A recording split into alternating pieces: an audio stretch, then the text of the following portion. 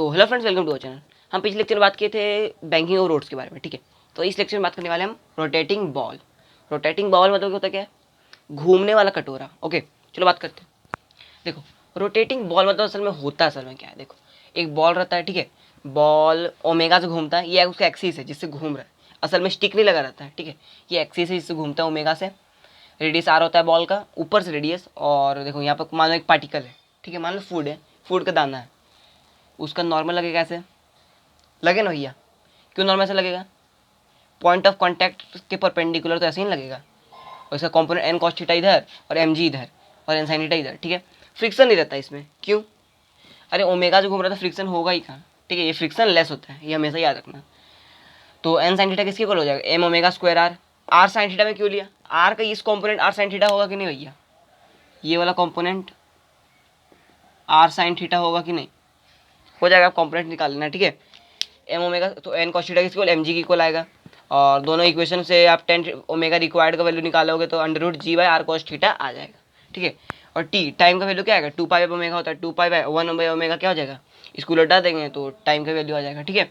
तो ये हमारा हुआ केस वन, मतलब जनरल केस जो होता है, ठीक है। अब हम बात करें इसमें केस दो केस होते हैं, case one and case two. Case one में क्या होता है? ओमेगा अगर ओमेगा रिक्वायर्ड से ग्रेटर हो गया तो क्या होगा? तो इसका जो पार्टिकल जो मूवमेंट ऑफ मतलब बॉल है वो तेजी से घूमने लगेगा। और पार्टिकल क्या चाहेगा? तेजी से घूमेगा तो पार्टिकल कहाँ जाएगा? ऊपर के नीचे? बता। अगर बॉल में कोई पार्टिकल रखा हो, तेज घुमाते हैं तो कहाँ जाता है? बाहर निकलते जाता है ना, कि फेंक जाएगा। अगर कस के हम मतलब तेजी से हम किसी बॉल में मार्कर रख के घुमाते हैं तो मार्कर तो बाहर फेंक जाता है, फेंक जाता है ना भैया। तो वही हो गया यहाँ पर। ओमेगा अगर ग्रेटर देन हो जाएगा तो फ्रिक्शन क्या चाहेगा? कि पीछे उसको रखें। लेकिन पार्टिकल क्या चाहेगा? मेरा आगे रहे एक्सेलरेशन, तो फ्रिक्शन वो पीछे लग गया, फिर वही खाली फ्रिक्शन आ जाएगा। ओके, जब फ्रिक्शन से करने पर तो आपको ये दोनों को सॉल्व करना है, आपको ओमेगा का वैल्यू आ जाएगा। बात समझ में आ रही है? और केस टू क्या आता है? ओमेगा रिक्वायर्ड से कम हो जाए, ओमेगा रिक्वायर्ड से कम तो पार्टिकल तो और नीचे आएगा, धीरे घुमाएगा तो पार्टिकल तो नीचे आता जाएगा, मिडिल से यहाँ से नीचे आता जाएगा पॉइंट में।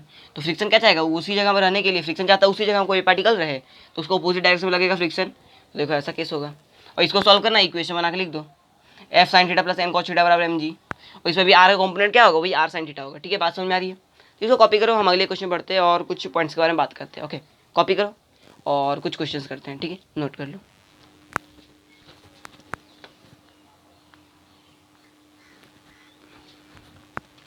तो फ्रेंड्स एक क्वेश्चन करते हैं। क्वेश्चन मतलब एक थ्योरी है, देखो क्या है। एक सर्कल है, ठीक है, उसमें दो पार्टिकल ए एंड बी, और एक और सर्कल कंसेंट्रिक सर्कल, देखो दो अंदर एक और सर्कल है, ठीक है। सर्कल मान लो कुछ होगा, उसमें एक पार्टिकल ऐसे मूव कर रहा है, बी पार्टिकल इसका ऐसे मूवमेंट है, ठीक है। दोनों में आपको निकालना है दोनों का मतलब सर्कल जो कर रहा है सर्कुलर मोशन, उसका टाइम क्या आएगा। किसी पार्टिकुलर पॉइंट का नहीं बोल रहा मैं, पूरा सर्कल का निकल जाएगा आपसे। तो टाइम का वैल्यू होगा 2 पाई बाई ओमेगा। तो ओमेगा कैसा होगा? रिलेटिव निकालेंगे, relative omega A minus omega B. Omega ऐसे आएगा, ओमेगा बी ऐसे आएगा, तो टी का वैल्यू हो जाएगा टी ए टी बी माए T B minus T A. बात समझ में आ रही है? तो बहुत इंपॉर्टेंट कंसेप्ट है, याद रखना आपको, ठीक है। कॉपी करो, हम अगले क्वेश्चन पढ़ते हैं।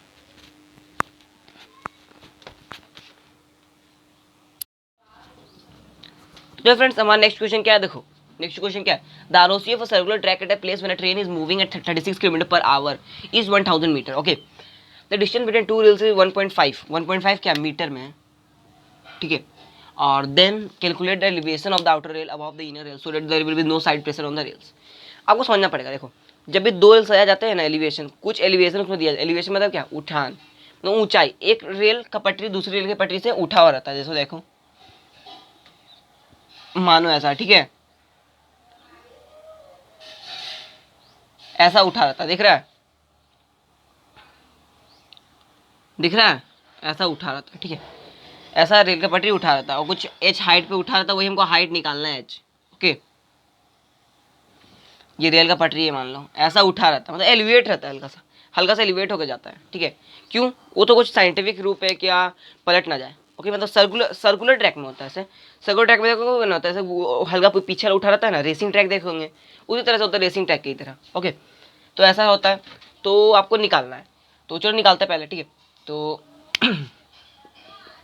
तो एलिवेशन, तो इस केस में ये कैसा केस है? ये कैसा केस आपको हो रहा है? ये तो बैंकिंग और रोड्स वाला केस है। तो बैंकिंग रोड्स में टेन थीटा का वैल्यू क्या आता था? ये साइड टेन थीटा का value V square by R G. V कितना दिया है? 36 का स्क्वायर अपॉन आर कितना है? 1.5 मीटर चौड़ा है ना भैया, तो 1.5 मीटर ले लेना। देखो मूविंग एट इतना इज 1000 मीटर, तो 1.5 मीटर ले लो, और जी क्या है 10। इसको सॉल्व करो, देखो कितना आता है आपका आंसर। सॉल्व करो, सॉल्व करो।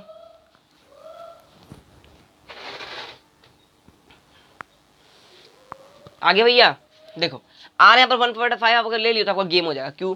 क्योंकि 1.5 है क्या भैया, 1.5 असल में ये है, ये, और रेडियस उसका अलग होगा। रेडियस कितना है, रेडियस कितना दिया, 1000 मीटर ट्रैवल करना है, तो यहाँ पर ये लिखा करो। तो अब कैलकुलेट करो कितना आपका आंसर आ रहा है। उसके बाद जो आंसर आएगा, तो आप जानती हो टेन थीटा किसके वैल्यू होता है, लगभग साइन थीटा के इक्वल होता है, और साइन थीटा इक्वल होता है थीटा के इक्वल, जानते हो ना। और कॉस थीटा इसके इन्वर्सली प्रोपोर्शनल होता है, ये भी आप हमेशा जानना, कॉस थीटा इन्वर्सली प्रोपोर्शनल होता है। ठीक है, तो टेन थीटा को थीटा के रूप में हम ले सकते हैं, तो बता क्या आएगा। और यहाँ पर मान लो थीटा है, इतना बड़ा रोड है, यहाँ पर मान लो थीटा है, मतलब थीटा कितना आएगा, टेन थीटा की वैल्यू क्या आएगा, एच बाय, बता, साइन थीटा ले लो, ये तो आता है 1.5 अपॉन एच होगा ना, तो करके देखो कितना आ रहा है आपको।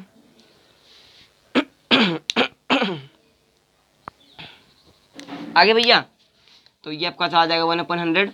तो साइन थीटा का इक्वल लेना, क्योंकि टेन थीटा का वैल्यू नीचे वाला नहीं है, तो साइन थीटा होता है पी बाई एच हो जाएगा, एच अपॉन 1.5 बराबर 1/100।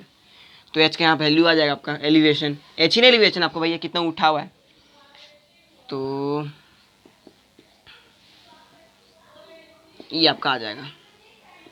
बात समझ में आ रही है? तो कॉपी करो, ऐसे क्वेश्चन लल्लू सवाल होते हैं, लल्लू नहीं है मतलब आपके लिए बहुत इंपॉर्टेंट है, इसमें आप 3 स्टार मार लेना पहले ही भैया। मोस्ट इंपॉर्टेंट सवाल में गिनती आती है इसकी एलिवेशन वाली की, अच्छे अच्छे बच्चे कंफ्यूज हो जाएंगे। ओके, एलिवेशन ही यार वर्ड से आपको पता चलेगा। ओके, तो कॉपी करो, अगले क्वेश्चन बढ़ते हैं।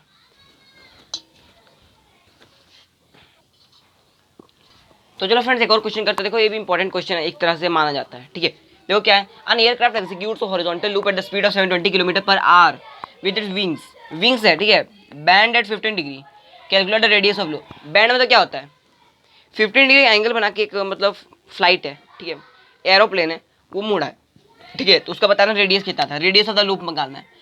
तो सेम है, टेन थीटा का वैल्यू वही लगा दो, v² अपॉन आर जी होता है, तो टेन थीटा कितना दिया, 1015 हो जाएगा, v कितना दिया है 720, आर आपको कैलकुलेट करना है, जी तो जानते ही हो 10 होता है। ठीक है, 1015 का वैल्यू क्या होता है भैया, 1015 का वैल्यू क्या होता है, सोच के बता, सोचो सोचो,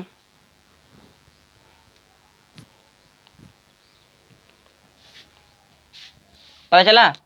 देखो हमेशा याद रखना, इसका वैल्यू होता है 21.732, ठीक है, ये इसका वैल्यू होता है,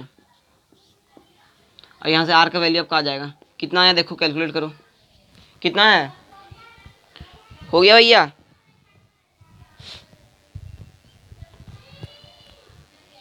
हो गया,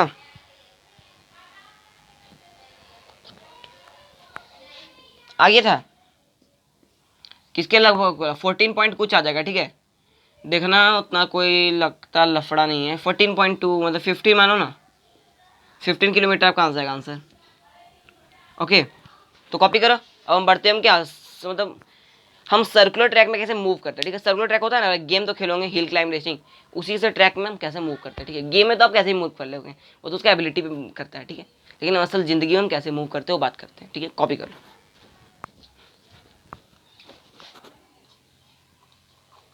तो चलो फ्रेंड्स, अब बात करते हैं ट्रैवलिंग ऑफ सर्कुलर ट्रैक। मैं जैसे बात कर रहा था, ठीक है, मानो सर्कुलर ट्रैक ऐसा कुछ है। ओके, तो मिड पॉइंट सर्कल का यहाँ पर कुछ है, ये मानो सर्कल है, मेरे इमेजिनरी सर्कल में बना लिए हैं। पहले आपको इमेजिनरी सर्कल बनाना है, यहाँ पे कोई पॉइंट होगा इमेजिनरी सर्कल का, ठीक है, ऐसा कुछ होगा। ओके, अब बता, यहाँ पर कोई कार है इस पोजीशन, इसको पार्टिकल ए मान लेते हैं। ठीक है, तो उसका नॉर्मल लगेगा ऊपर, ऊपर नहीं हल्का इंक्लाइन रहेगा, क्योंकि पॉइंट ऑफ कॉन्टैक्ट ऐसा है, पूरा ऊपर में नहीं है, ये पीक पोजीशन में नहीं है, थोड़ा हल्का नीचे। और mv² पे आ रहा है उसी डायरेक्शन में लगा, क्यों, सूडो फोर्स भैया, सेंट्रीफ्यूगल फोर्स, याद है ना, सर्कल में हमेशा सेंट्रीफ्यूगल फोर्स लगता है। नीचे mg cos थीटा को mg कंपोनेंट फ्रिक्शन उधर लगेगा, क्यों फ्रिक्शन उधर रहेगा, क्योंकि बॉडी को चाहेगा कि एक साथ वो आगे ठेल के रखे, मतलब पीक पोजीशन पहुंचा जाए, स्टेबिलिटी यहाँ पर ला जाए। ठीक है, और वेलोसिटी भी। तो इक्वेशन पता क्या आएगा ए ब्लॉक के लिए, n + mv² बाई आर बराबर mg cos थीटा आ जाएगा। ठीक है, आ जाएगा। और एम जी साइन थीटा का वैल्यू बता कितना आएगा,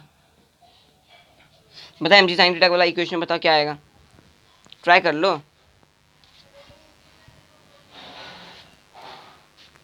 और समझ आई भैया। तो फ्रिक्शन था आपका, जो रिक्वायर्ड फ्रिक्शन है वो कितना आ जाएगा, एम जी साइन थीटा तो आ जाएगा।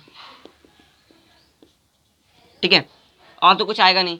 अब बताइए इस इक्वेशन से आप क्या क्या चीज़ निष्कर्ष निकाल सकते हो, आप निष्कर्ष क्या क्या निकाल लोगे इस चीज़ से, बता।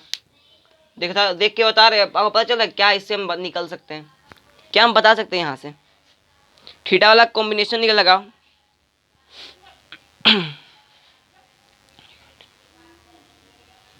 लगाओ कॉम्बिनेशन थीटा वाला, याद करो। पता चल गया फ्रेंड्स। अरे बहुत आसान है, देख ये दोनों यहाँ तक समझ में आ गई। चलो बात यहाँ तक बात समझ में। अब बता, थीटा तो हम यहाँ से लिए सेंटर से, ठीक है, ये थीटा तो ये थीटा। अच्छा बता थीटा यहाँ पर क्या हो रहा है, ये पार्टिकल अगर ऊपर जाएगा कार तो थीटा डिक्रीज होगा, तो थीटा डिक्रीज होने के साथ साथ साइन थीटा भी डिक्रीज होता है। और कॉस थीटा क्या होता है, इंक्रीज होता है, तो पता ही आपको, पता है ना। तो अब बता फ्रिक्शन, मैक्सिमम फ्रिक्शन कितना हो सकता है आपके नज़रों में, म्यू एन हो सकता है ना। कॉस थीटा साइन थीटा भूल जाओ, एन हो सकता है। तो देखो म्यू एन, चलो सही है, F S max mu N हो जाएगा। तो बता थीटा डिक्रीज हो रहा है तो एफ एस मैक्स क्या इंक्रीज हो रहा है कि डिक्रीज हो रहा है, बता। नॉर्मल क्या, नॉर्मल पे क्या प्रभाव पड़ेगा, इंक्रीज हो या डिक्रीज होगा, बता। अरे भैया एफ रिक्वायर्ड जो है ना वो तो डिक्रीज हो रहा है, क्योंकि साइन डिक्रीज हो रहा है तो ये डिक्रीज होगा, तो एफ एस मैक्स तो इंक्रीज होगा और नॉर्मल भी इंक्रीज होगा। बस समझ में आई। मतलब हम जो पोजीशन पे जा रहे हो सबसे खतरनाक है या सबसे मतलब ठीक ठाक है, ठीक ठाक है, ठीक है, लिख देना यहाँ पर ठीक ठाक, लिख दो ठीक ठाक है। बस सेफ्टी की तरफ मूव कर रहे हैं। पीक पोजीशन हमेशा क्या होता है, सेफ्टी होता है, ये आप हमेशा ध्यान देना। पीक पोजीशन क्या होता है, सेफ्टी होता है। ओके, तो इतना कॉपी करो। देखो नॉर्मल इंक्रीज हो गया ना, सेफ्टी, नॉर्मल जब भी इंक्रीज होगा तो सेफ्टी आप मूव करोगे, या ठीक ठाक बोल सकते हो, सेफ्टी। इतना कॉपी करो हम और नेक्स्ट पॉइंट पे पहुंचते हैं। हो गया, चलो ये तो बात हुई ए पॉइंट के बारे में। अब बी पॉइंट के बारे में बात करते हैं। मानो बी पॉइंट यहाँ पर है, ठीक है, तो नॉर्मल लगेगा ऐसे, एम जी ऐसे, और एम जी कॉस थीटा,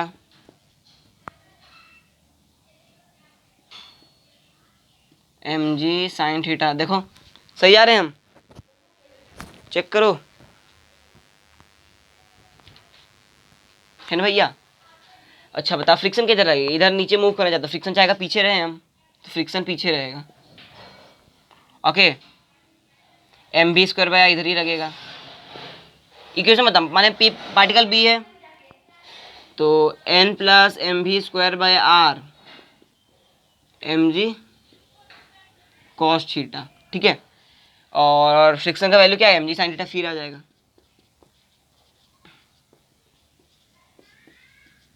देखो आगे दो इक्वेशन। अब मुझे बताओ,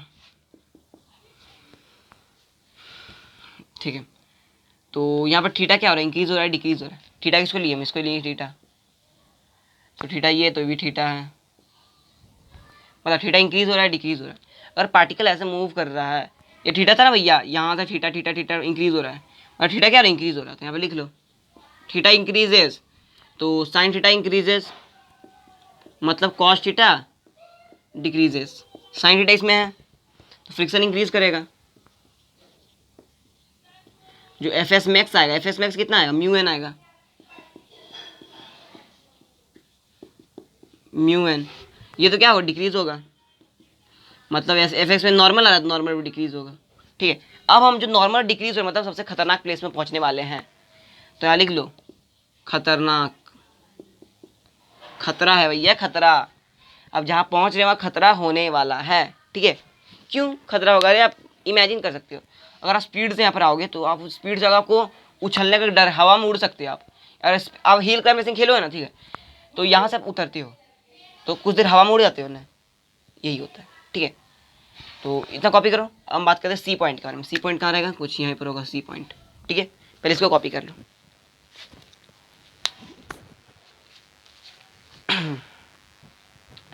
हो गया, चल।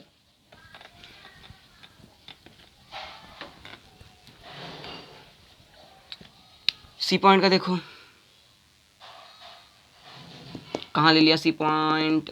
अच्छा कोई बात नहीं, सी पॉइंट दूसरी जगह ले लो। एक बार मैं चेक कर लेता हूँ किधर लूँ।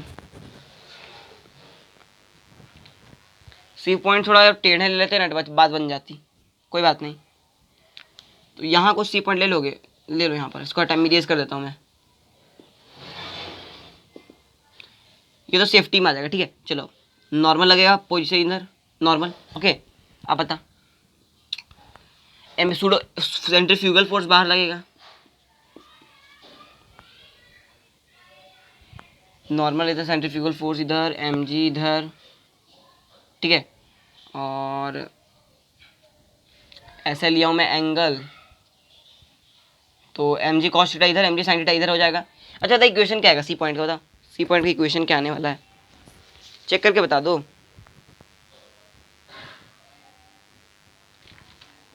बात समझ में आई? तो देखो सी पॉइंट का जो इक्वेशन आएगा वो आएगा एन बराबर M G cos theta plus M V square by R. लिख सकते हैं एम जी कॉस थीटा यहाँ पर आ जाएगा, एम जी साइन थीटा ऐसे आ जाएगा। ठीक है, M G sine theta friction के साथ रहेगा, तो फ्रिक्शन का वैल्यू फिर आ जाएगा एम जी साइन थीटा। बात समझ में आ रही है? ये किसका बात है, हम सी पॉइंट के बारे में बात कर रहे हैं, इस सी पॉइंट के बारे में। ठीक है, देखो आप सोच रहे होंगे एम जी साइन थीटा इसी यहीं पर क्यों आया है, कंपोनेंट करने में भूल रहे हो आप। देखो सेंटर की तरफ से हम एंगल ले रहे हैं, ये थीटा लिए हम। ठीक है, तो ये थीटा है, तो स्ट्रेट लाइन ये वाला है, और एंगल ये है, तो ये भी थीटा ही होगा ना, ये थीटा होगा। देख लो आप, मैच करो मैच करो। देखो स्ट्रेट ये थीटा हो जाएगा ना, ये थीटा तो ये भी थीटा, तो एम जी कॉस थीटा इधर, एम जी साइन थीटा इधर। बात समझ में आ रही? चलो ये आ गया आपका इक्वेशन। अब बता, अब थीटा के इधर जा रहे हैं, थीटा क्या रहा है, इंक्रीज या डिक्रीज? थीटा तो डिक्रीज हो रहा है अब, मतलब sine theta decrease, cos theta increase, F required decrease, F S max increases, normal increases, safety पे हम पहुंचने वाले हैं। लिख लो भैया, सेफ्टी है, हम जल्द ही जल्द पहुंच जाएंगे। ठीक है, ये सेफ्टी है यार, सेफ्टी है, जबरदस्त सेफ्टी में पहुंचने वाले हैं। अरे अच्छा बता, तू नीचे पहुंच जाओ, अगर गड्ढा में गिर जाते हो तो कोई एक्सटर्नल फोर्स थोड़ी तुझे एक्ट करेगा जब तक तुम अपने नहीं मारोगे। नीचे पहुंचोगे तो थोड़ी कोई मारने वाला रहेगा यार। यहाँ पर होगे, यहाँ पर अगर तुम छोड़ दोगे अपना एक्सीलरेटर ब्रेक सब छोड़ दिए, तुम्हारा डर रहेगा तो कार पलट जाए। यहाँ भी डर नहीं रहता, यहाँ भी डर नहीं रहता है, मतलब पीक पोजीशन और सबसे लीस्ट पोजीशन में डर नहीं रहता है। ठीक है, मैक्सिमम और मिनिमम। बात समझ में आई? इसको कॉपी करो। अब हम बात करें दूसरे कंसेप्ट के बारे में। ठीक है, ये कंसेप्ट समझ में आ गया, अब इसको पहले कॉपी कर लो। चलो फ्रेंड्स, अब कुछ पॉइंट्स के बारे में बात करते हैं। ठीक है, ये हमारा लास्ट पॉइंट होगा। तो ऐसा हमारा कुछ रास्ता था ना भैया, माउंटेन टाइप का। तो यहाँ पर इमेजिनरी आपका आरओसी बना था, यहाँ पर आपका आरओसी रेडियस ऑफ कर्वेचर था, रेडियस ऑफ कर्वेचर था। ठीक है, ये इमेजिनरी आरओसी आपको बनाना पड़ता है। जो दोनों इमेजिनरी आरओसी के बीच वाला पॉइंट होता है पी पॉइंट या कोई पॉइंट बोलो, उससे पहले इस पोजीशन पे, किस पोजीशन पे, इस पोजीशन पे सबसे खतरनाक होता है, सबसे खतरनाक। इसके बाद तो खतरनाक होता ही नहीं, क्योंकि ये तो रेस्ट पे आ जाते हैं। इससे पहले पूरा खतरनाक रहता है। ठीक है, क्या देखो पॉइंट है, the point where the ROC changes, ROC यहाँ चेंज हो रहा है, plays a very important role just before the point N may be zero. यहाँ से पहले एन जीरो भी हो सकता है, but just after the point N can't be zero, just before P is the most खतरा पॉइंट। बात समझ आ रही है? तो ये सबसे बहुत खतरा पॉइंट होता है। ठीक है, इसको पॉइंट ऑफ इन्फ्लेक्शन भी बोलते हैं हम।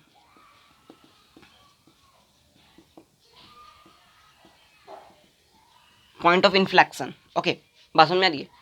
तो ये भी तो खतरा पॉइंट होता ही है यार। एक और कंसेप्ट है, इंपॉर्टेंट कंसेप्ट था, आपको याद होना चाहिए, क्योंकि इससे क्वेश्चंस आ जाते हैं। ठीक है, पैसेज क्वेश्चन आ जाएंगे, कुछ भी हो जाएंगे।